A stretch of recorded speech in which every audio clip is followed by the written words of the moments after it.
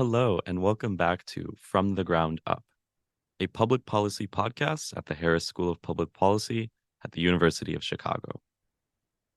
Earlier this month, we hosted an event called Cyber Infrastructure in Critical Industries. It was a super big hit, and our very own Dapo moderated the event. Dapo, do you want to tell us a bit about it? Yeah, Logan, it was a pleasure to host the event. We were lucky to have Kevin Sanschaffer, Amala Lee, Rob LeBay, and Dylan Hope. Kevin Sanschaffer is a risk management professional with over 20 years of experience within the insurance and financial industries. His areas of expertise include information security, business continuity, disaster recovery, crisis management, governance, risk management, and compliance. He currently serves as the COO and VP of Cyber Risk and Assurance at White Tick. Amala Lee is a national security professional with experience in SIGINT, special operations, congressional affairs, and private consulting. She serves as the managing director of Elysium Strategy Group. Elysium Strategy Group specializes in leveraging commercial diplomacy to forge robust and resilient business partnerships between African firms and burgeoning African markets. Rob LeBay is the CEO of Mining and Metals ISEC. He's a proven focused security and business leader. He's currently focused on proactive security policy, processes, and tools to use security to help enable business outcomes. He specializes in development of integrated IT OT security programs. The Mining and Metals ISEC is a nonprofit industry-owned corporation established to improve the cybersecurity of metals and mining companies. Dylan Hope serves as a veterans and military liaison to U.S. Senator Tammy Duckworth, who serves on the Senate Arms Committee and Subcommittee for Cybersecurity. Dylan is currently serving in the Illinois Army National Guard. He completed combat deployment in 2022, and he's also a former operations chief and public affairs specialist.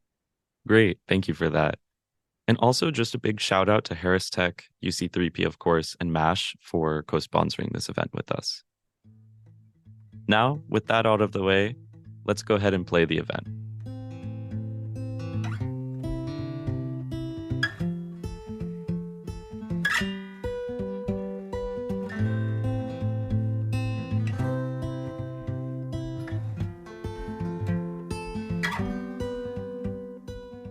So for a minute or two, I just want everyone to say something about the work they do. You know, what's interesting, what you wish that someone who is not doing the work you do should know about the industry. So I'm going to start with Dylan.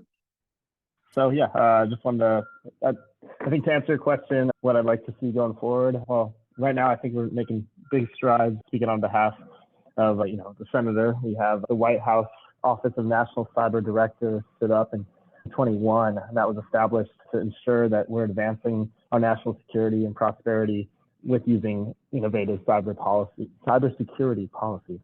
And so I know that if you haven't checked out the Biden-Harris administration national cybersecurity strategy, I recommend you do so, and you can kind of see the path forward as far as steps we need to take to, maybe not necessarily catch up, but succeed going forward in regards to our cybersecurity. So yeah, if you haven't checked out the cybersecurity policy, I'd also recommend you check out the ONCD, the Office of the National Cyber Director. All right, thank you. Amal. Hi, first of all, this is a great conversation. Thank you so much. So one of the things that I focus on is my angle into this industry is not just mining. It's not just the mineral side of it. It's national security first and foremost, and our relations with other countries when it comes to securing a lot of these critical minerals. And I think it was Rob that may have said it, but it was elevating mining here domestically and internationally to a critical infrastructure. It really is, and it really should be considered a critical infrastructure across the board. So that's one thing that I hope that, if you get anything out of this, it's that it's critical to our day of life, to our way of life. The other part is the not often talked about, at least maybe in this sphere, but supply chain security. From the raw material to usable material, there's a lot of nodes, there's a lot of opportunity for vulnerability there.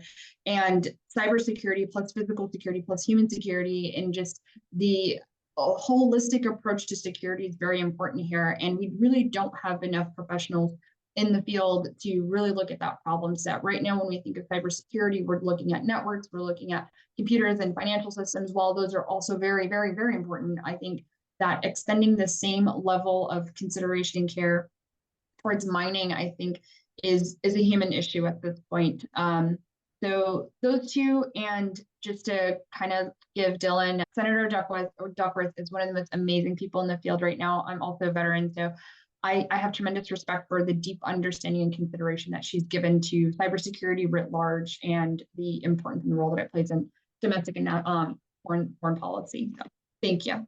All right, thank you. Kevin. Yeah, thank you. So, today, it's really about helping individual businesses for me, moving into consulting from the, international finance world. It's really about understanding how different types of businesses within different industries attack different problems. And, every business has a different method to their madness, how they deliver their services, who their consumers are, things along those lines. And it's very interesting as a learning experience for me to see, what are they dealing with on a day-to-day basis and how I can help them identify, true risks in their environment. And then something in my past that, I relatively enjoyed, even though it was somewhat taxing, was working with the Canadian Financial Resiliency Group. It's basically a conglomerate of the 5 major banking institutions in Canada, and helping them think through, how are they conducting, information sharing, and how are they going to really react if there is a major impact to either one of them directly, or maybe the core financial system, wire system, SWIFT, or Interact, or one of the other systems that they rely on to move money, or even a material correspondent bank, that they're all, moving potentially Canadian dollars from Canada to Europe. And if there's an impact with one of those banks that they're relying on, how are they reacting? How are they sharing information? What are they doing? And how are they working with the federal regulators to, mitigate as much risk as possible? So those are 2 things that I've, recently enjoyed working on. Thank you. How about you, Rob? What do you, wish people knew about the work that you do? Yeah, I think, looking back, what drew me to mining a decade ago from financial services is really 2 things. Number one is the criticality of mining, as Emil says, to national security and global supply chains, right? It's not a stretch to say, everything starts from one of 2 places. It's grown or it's mined, right? And there are no iPhone trees. So the amount of rock that has to move to produce one iPhone, right, is in the dozens of tons of rock has to move to create that one phone. So looking at that criticality combined with the challenge, as Emil said, of legacy systems, even in the US, it's not uncommon to find Windows XP, even versions of Windows that might have been created before some of the students might have been using computers, including Windows 3.1.1, that we still find in mines in North America, let alone in Africa. So, and that's just because of the challenge of legacy systems across the board. Combine that with, let's blend that with AI and machine learning, creates a super exciting space to work in, a really interesting space, but a lot of difficult problems to think through. And I think Kevin's focus is the right one. It's got to be on resiliency, because you're going to miss something is going to happen, but we have to reduce the blast radius. We have to not allow that something that happens, one person clicking on something we wish they wouldn't have, to become a major outage. And that's really the focus, I think, for the mining industry globally right now. And our organization is helping mining companies reduce that blast radius. So if something happens, we don't have the material impact. And I think that's key. All right, thank you. So to Rob LeBay, about 6 to 7 years ago, you helped found the Mining and Metals ISAC, and the goal was to help mining companies deal with the cybersecurity issues a little bit more. a little better. And I just wanted to ask, what are your advocacy groups' key concerns regarding the current state of cybersecurity in the metals and mining industry? So the big concerns really when we look at it right now are two things. It's when we look at the overall, direction we're trying to go, changing our economy to being a low carbon one, the need for more electrification to support that, mining is becoming more critical and not really just in the, the lithiums and the cobalts needed for batteries, but in some of the old materials like copper that's needed to increase our electrical generation and transmission capability. So a lot of that is becoming more critical to our economy, which, as you said, is drawing the attention of attackers. At the same time, the speed that the mining industry is transforming has meant that our attack surface is changing, is getting much more complex. So getting with those combined, building our industry to be more resilient to attacks, so we don't get situations like we saw happen with MGM casinos, where the whole business gets shut down because of an incident. That kind of thing can be crippling in mining much beyond the company involved as it cascades through the supply chain. So it's a big issue given where mining sits in the supply chain. Thank you for that. And Amal, as someone who works in a consulting firm, are you seeing the same types of issues in the companies that you work with? Great question in terms of cybersecurity being relevant in the mining industry. What you're finding nowadays, in addition to cyber threats being a real threat, is state-sponsored groups are also developing sophisticated capabilities to target our critical infrastructure. So overseas in African countries, you have a preponderance of adversarial presence or economic adversaries, to include but not limited to China, who is, making a concerted effort to counter, if not undermine, our efforts there. So yeah, I would say that is a very present and, I guess, growing problem in the region. All right, thank you. And Kevin, so given these problems that we have trying to, reduce the effects of these bad actors on the mining industry, what technological advancement would you recommend that, we need to see over the coming decade, over the next few years, that might help to reduce some of these risks? When I think about technology, everything's moving so quickly. The first thing organizations really need to understand is, what assets are at risk. What's really supporting their core service offerings. Because until you really identify those, it's impossible for you to protect what you, again, can't see. So starting with that and really understanding your network and what your business is supporting and how they conduct business and how information is moving and how it is controlling certain components of your services is really the first step. And then I think taking a look at, understanding the vulnerabilities within your organization. So managing those risks and adapting the existing technologies in place are a first step.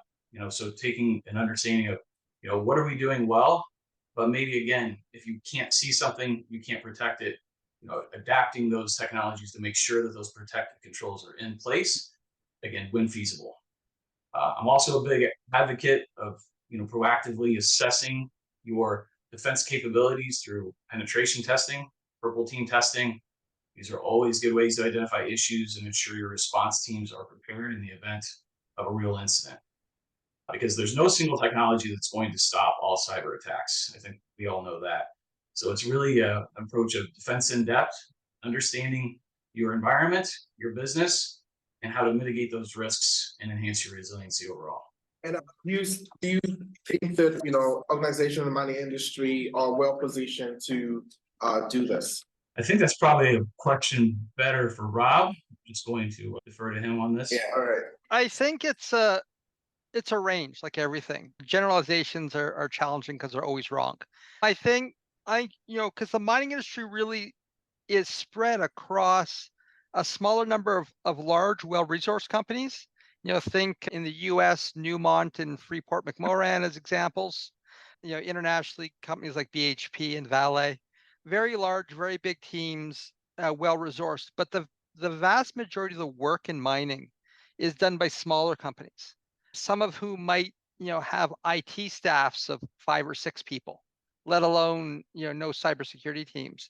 You know, a significant, proportion of, the resources needed for mining, come from developing nations, be them in Africa and otherwise, where for all kinds of reasons, IT and OT and security may not be emphasized as much as some, more pressing issues like safety and environmental sustainability may be bigger issues that are being focused on there in those regions for good reason.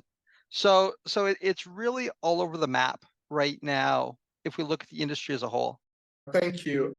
I'm gonna go to Amal Ali, because I know that you do some work in Congress, you work with people in Congress. So is there anything that you're seeing out of Congress that might tell us, the appetite of the congressmen and women or Congress people about cybersecurity and dealing with African countries?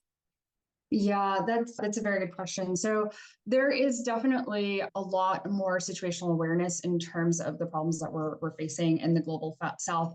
Some of the vulnerabilities that we're looking at that, that the Hill has become very aware of is that we have legacy systems, we have complex supply chains. So there's multiple nodes of vulnerability that we're looking at. And so this has risen from just a economic issue to a national security issue as well. So we're looking at potential solutions that include private sector solutions to look at, potentially integrating AI into this. So we're getting congressional support, we're getting congressional attention. So hopefully we're looking at potential funding for this cybersecurity issue that we're dealing with that is a national security issue. I mean, if we're looking at threats of these industries, I mean, this could have very mass impact on critical industries as well.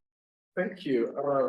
And Rob, so, we're talking about, what the Congress is doing, what legislations that we expect to see. As someone who works for these organizations, what do you hope to see in, the public and private partnerships in enhancing cybersecurity in the sector?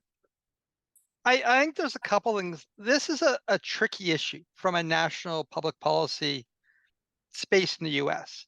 When we look at other critical industries, the US can make policy decisions to have more manufacturing in the US, build more plants and encourage that. They can make policy decisions in a lot of other critical areas. Mining's not one where the US can say, well, we're just going to build more copper mines because the copper has to be there, and it's not, right? Or we're just going to, build more palladium mines. Well, if the palladium's not there, it has to be it has to be done elsewhere. And so it's really a uniquely global problem that does map back to critical national security pieces for the US. Right down to defense industrial base or energy security, mining is critical to all of those things. And so it requires, as Amal said, a unique degree of cooperation with the private sector, and not just the private sector in the US, but a private sector globally. The US is a little bit late to that. We're working very heavily with governments in Canada, Australia, in Chile, and some other countries who are working on that. It's one of these things where unfortunately the US is a little bit late to working on this. But so I think there needs to be a concerted effort to pile in and work on this together. But it has to be a global private sector led solution versus a domestic government led solution. All right, thank you. Dylan, I was asking a question earlier about what's happening regarding legislation related to cybersecurity.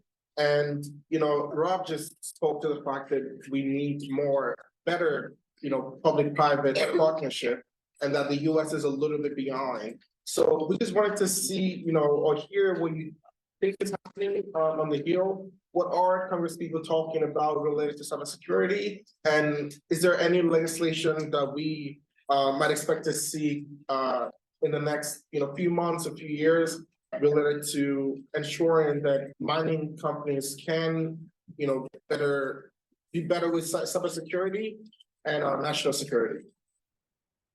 Yeah, good question. So one big piece of legislation that I know Senator Duckworth has been working on is the Managing Active and Reserve Tech Talent Effectively Act, or MARTI Act. That was introduced earlier this year. Hopefully we can see it pass. Essentially what it does is it expand the cybersecurity roles that we currently have in our armed forces, both on the reserve side and the active component side, and expands that. And as we know, a lot of service members work hand in hand with a lot of partners here. For example, I'll transition to this, MXD in Chicago.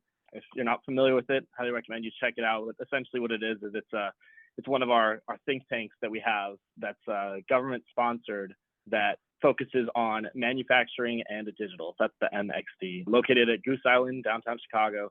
They work with 300 or over 300 partners, any big names, whether it's Verizon or Boeing or any big company, to create innovation in our tech.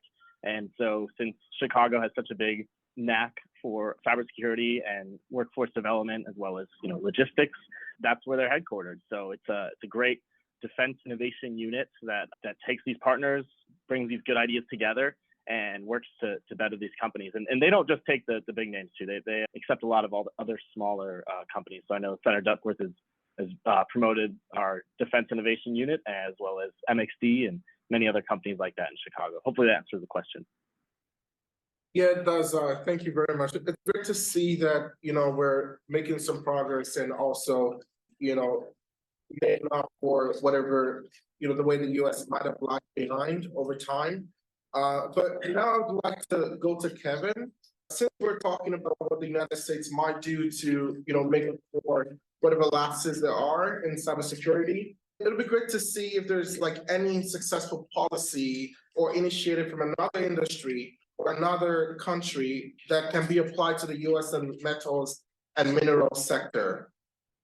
Yeah, so coming in from the financial industry, I'll take an example from there. I think one of the most recent changes and focuses within the industry is really around operational resilience. So much different than your traditional business continuity planning, where you focus on an individual unit, you make sure that they understand their dependencies, and they map out, the technology, the people, the third parties, all of those things specific to them. When you're talking about operational resiliency, you're taking a global view at the enterprise. You're taking a look at the core service offerings. So if you're a bank, clearing and settlements, making payments, trading engines, things like that, if you can't do those things, you're no longer a bank. So money movement, things along those lines, key priorities for the organization. You're taking a look at those entire services, and you're mapping out, again, what makes it tick. The people, the process, the technology, the third parties, whatever it may be, critical infrastructure, and continuing to make sure that those things are being tracked, those things have been monitored, that you have redundancy in place that's necessary to keep information safe. I think data resiliency is a really key aspect of this moving forward, especially with ransomware is continuing to evolve, volume, velocity, impact. So that's the biggest change I've seen in the financial industry over the last few years, is really that focus on making sure that core service offerings are accessible regardless of impact. Yeah, thank you. When we started the conversation, we kind of talked about how many mining industries are very small, have very few number of tech people on their teams, and which means that they may not have the resources to, like banks, to, take care of their cybersecurity. So do we expect that there are going to be tech companies that can help the small cybersecurity firms, the small mining firms take care of the cybersecurity, or do we expect the government to come in with some financing for that? Anyone can take that question.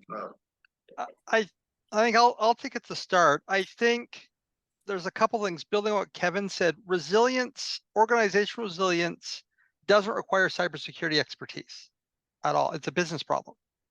It requires understanding your business, and luckily even small mining companies have people who understand mining.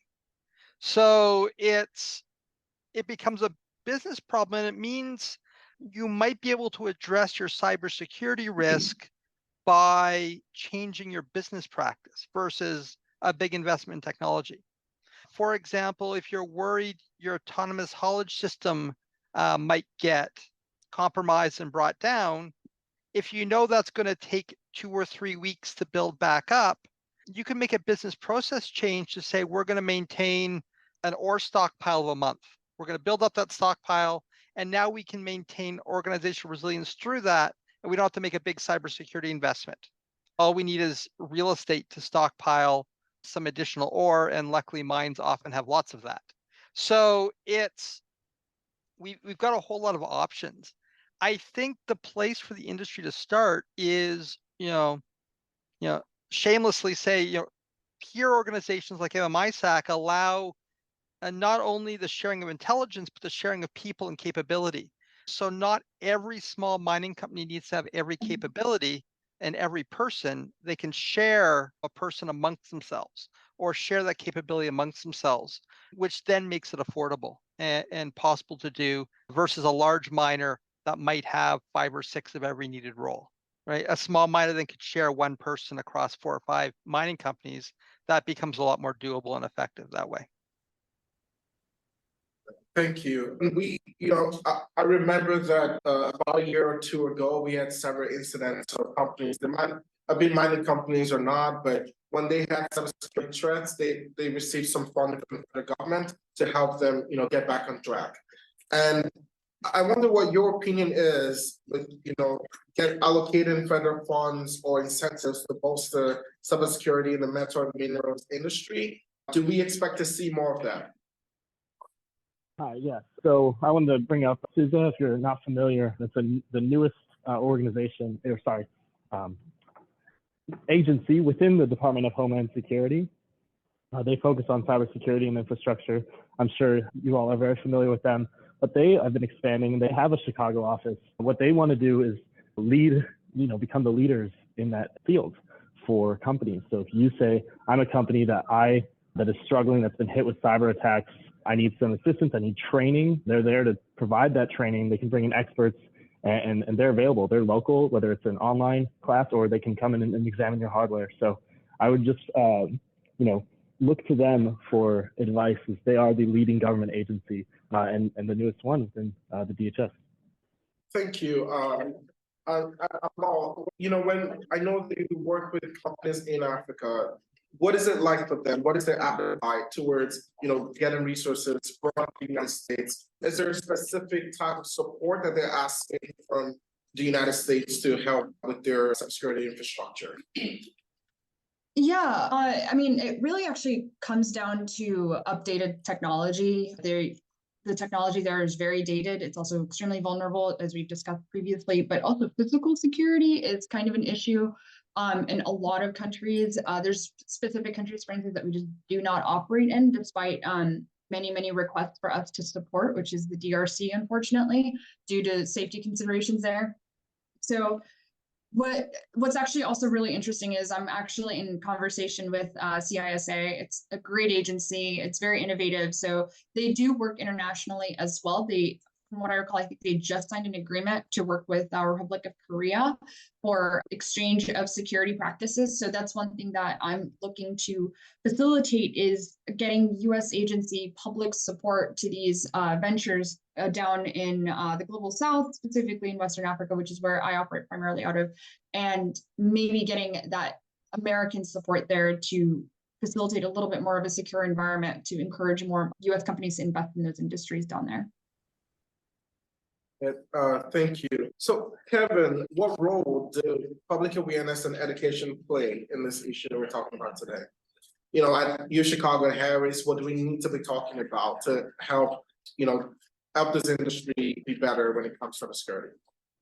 Yeah, I think that's obviously a component, of ensuring that critical infrastructure remains resilient, remains cyber safe. But I think to me, it is really the ownership is with the organization and with the industry, because they're the ones that are accountable ultimately for delivering of the service. It's not the public, and I think the public is obviously a component of that. They need to be diligent in their activities, but it's really not something that you can affect. The public can truly affect, in my opinion. It really just comes back to making sure that the industry, the third, fourth parties, first party players, are all following good security practices. They all have an understanding of their importance to the industry. They're following the regulatory guidance. I think there are hopefully frameworks, and again, I'm not as familiar in the mining industry as I am in the financial industry, but speaking from the financial industry, there are very specific frameworks that have to be adhered to and things along those lines. So I really don't look at it as a public awareness, situation, but I'm happy to be debated on that. Thank you. Rob, I know that your organization formed out of an incident that happened. And you talked in the podcast about, the dangerous this kind of risk can be, because when there's cybersecurity threat and the companies are not ready for it, they have to shut down their operation. And if we continue to see things like this, it will slow down the transition that we're seeing in technology right now. So can you speak a little bit to that incident that happened that, motivated you to start the organization, but also, why is this such a threat that we need to pay attention to? Yeah, I think when we think about it, where the Money Mills ISAC started from is a series of cyber attacks that hit Canadian miners. The same people got 8 mining companies in about 4.5 months, ranging from small ones to large ones. And as we got together as an industry to look at that, we kind of realized that somewhere between number 1 and number 8, it stopped being shame on them and started being shame on us for enabling that to happen. And the reason that happens is because we don't share information, we don't collaborate, and we don't work together. The success of doing that since then, if we look at this past year, a small copper miner in Canada was affected, and unfortunately for them, they had to take a 3-week shutdown because they couldn't guarantee the safety of their operations. So in mining being a very high risk environment, if you can't guarantee the safety of your operational systems, your only option is to turn it off and to shut down. If you can't be assured it's safe, because if you think about it, right, mining's a dangerous business, right? You're in some cases kilometers underground, dealing with explosives and machinery, and there's all kinds of ways to get yourself killed at a mine.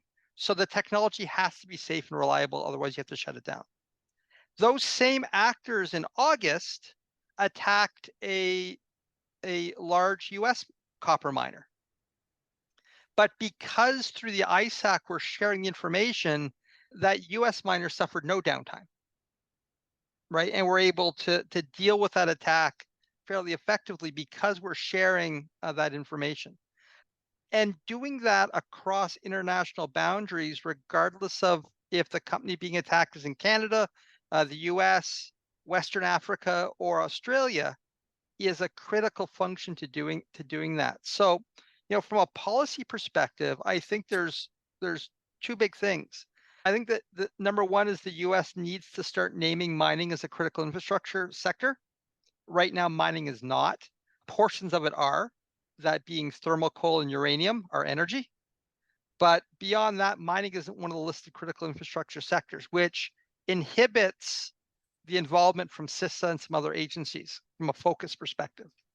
And the second is we have to look at how we share intelligence and threat information globally.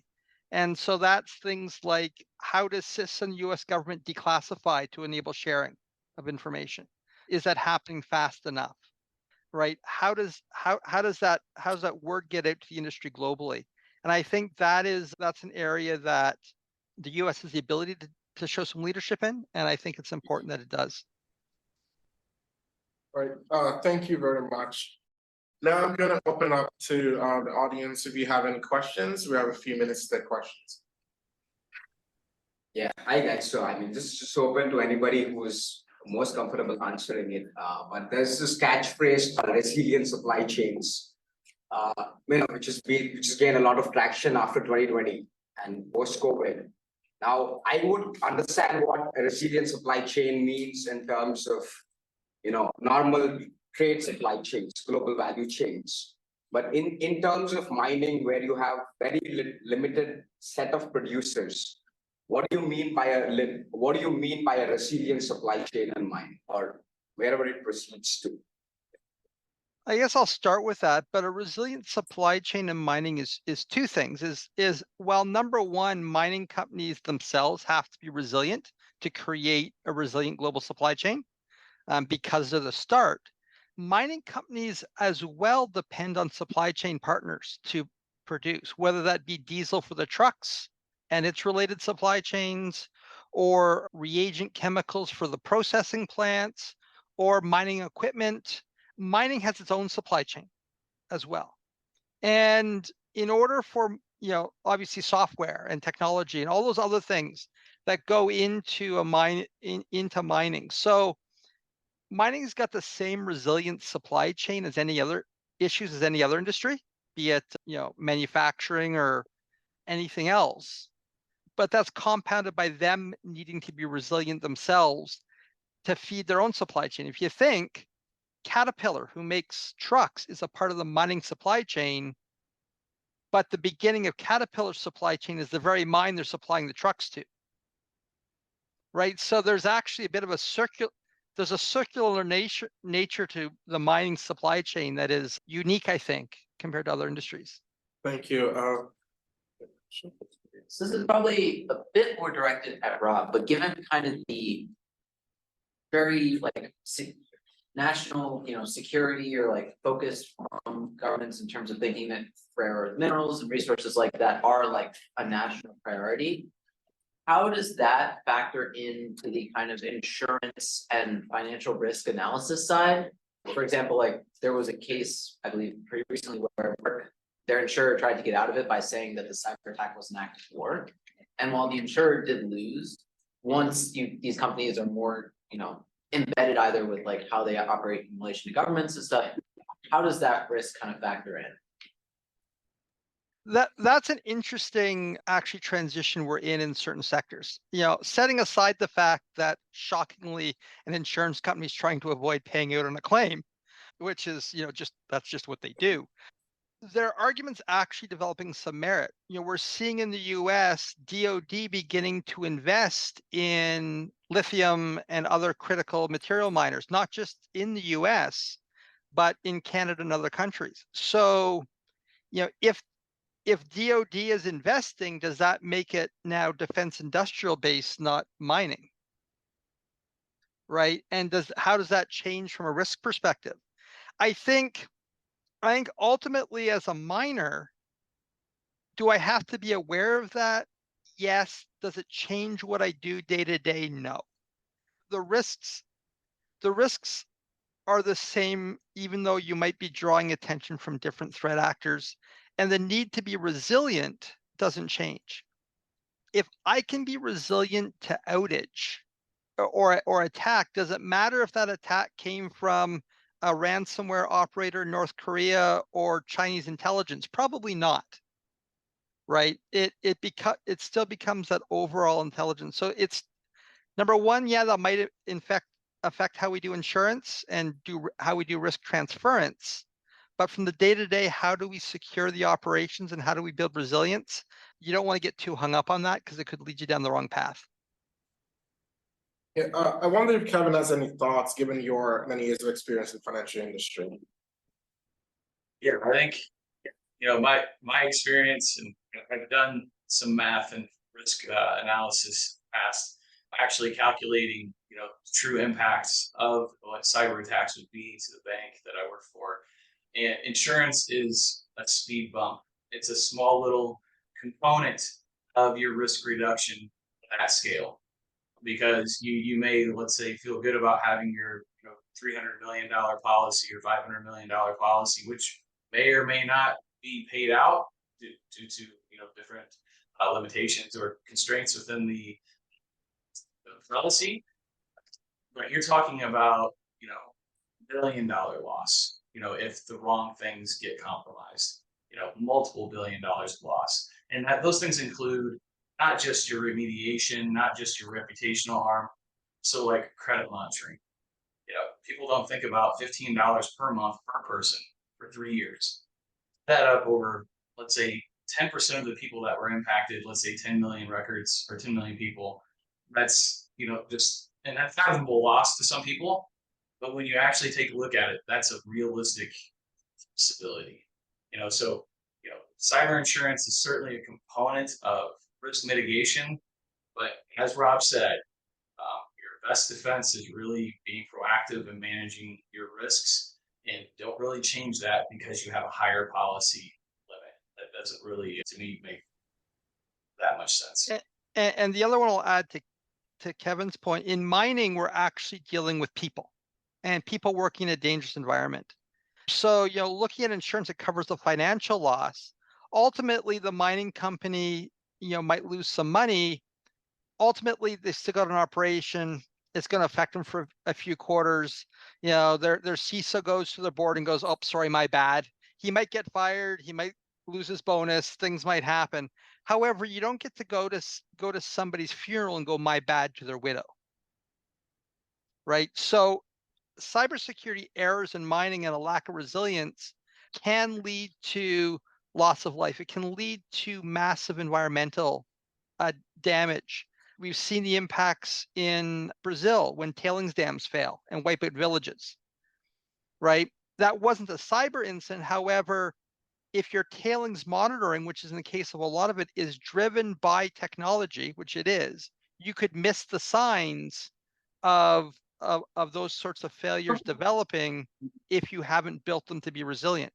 And so those are the kind of impacts we're looking at. And it goes beyond, if my biggest problem was my insurance company saying no, I'd be pretty happy with where I was sitting, right? It's the impacts are very real from an environmental, from a loss of life impact. And those have to be top of mind for this industry. All right, thank you so much. We've now come to the end of the session. I want to thank Bob, Kevin, Amal, and Dylan for coming here today. It's, really appreciate it because, again, the mining industry is something that's like an afterthought for a lot of young people. So getting experts from the industry, give us, tell us what's happening and, give us some insights about what we might expect in the coming years. As, very thoughtful of you guys. So we hope that, if we send you requests on LinkedIn, you accept, because there are a few of us who would love to, talk to you more, and, learn more about the work that you do. So thank you everyone for coming here today. Again, we really appreciate your presence. I am a part of Youth Hub. It's a U3CP podcast, and we talk about these issues. We have an episode every week, so hopefully you can check us out. So thank you everyone.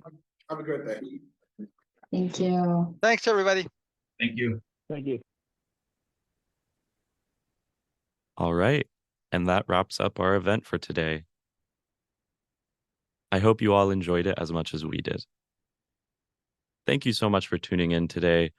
We look forward to seeing you next time in our final episode of the quarter as we wrap up.